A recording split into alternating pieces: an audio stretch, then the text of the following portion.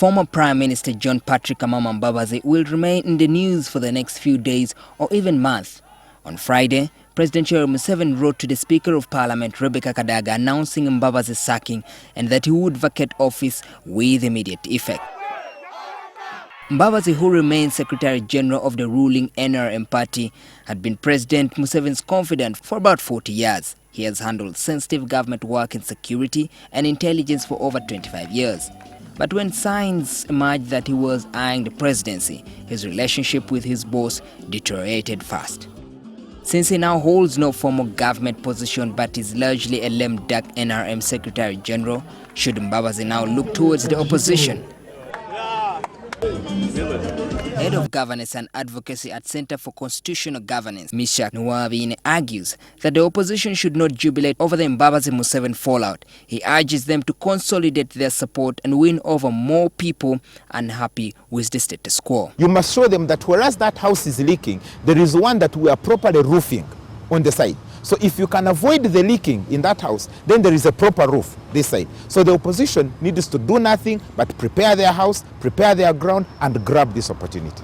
On Mbabazi's undeclared presidential bid and the reaction it has drawn from the president, Nwabine says this demonstrates NRM's internal democracy deficit.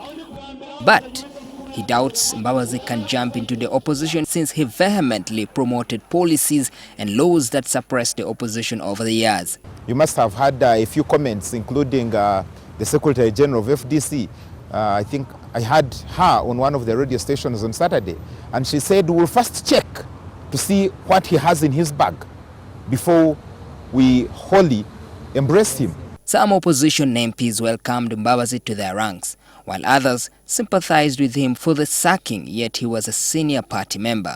The only option we have now on the opposition is to welcome them with the open hands, so that we can now have a strong opposition that can bring peaceful change. I think it's very worrying for the NRM that if everyone that comes out to give the contrary view are looked at upon as enemies, then it's terrible.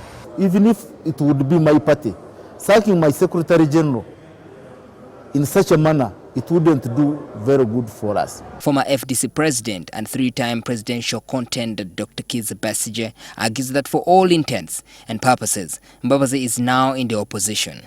So he is the enemy. Whether he likes it or not, he is the enemy. Whether he wants to see himself as opposition or not, he is opposition.